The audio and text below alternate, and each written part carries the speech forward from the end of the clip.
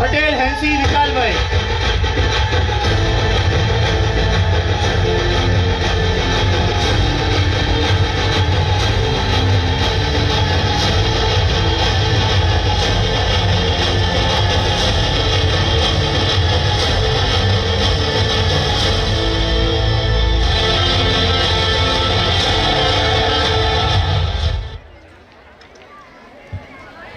हम अपनी जान के दुश्मनों को अपनी जान कहते हैं।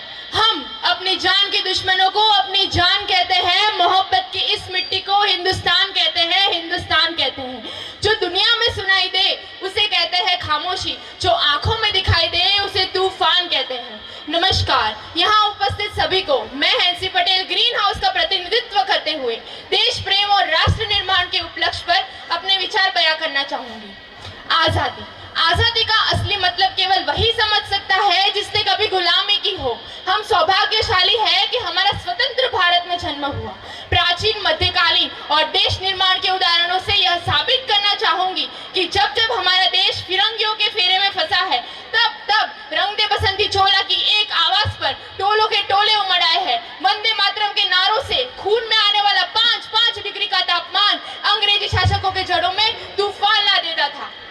लोग मर जाते थे, मिट जाते थे, फांसी चढ़ जाते थे, तो वो भी अपनी देशभक्ति साबित कर रहे होते थे, क्योंकि वो उस दौर की देशभक्ति की कसौटी थी। उसके बाद 62, 65 और 71 के युद्धों में अपना सुहाग गवा देने वाली औरत और अपना बेटा गवा देने वाली माँ के अंदर भी देशभक्ति कूट कूट कर भरी थी। इसी पर ही किसी देशभक्त ने कहा है, गौर कीजिएगा, बाप की कमाई गई, भाई की पढ़ाई गई। बाप की कमाई गई, भाई की पढ़ाई गई, ऐसा एक विस्फोट हुआ, पता ही चला नहीं, पूरे जिस्म की बोटियां ही चली गई। और आपके लिए तो एक आदमी मरा है साहब, किंतु मेरे घर की तो रोटियां चली गई, रोटियां चली गई।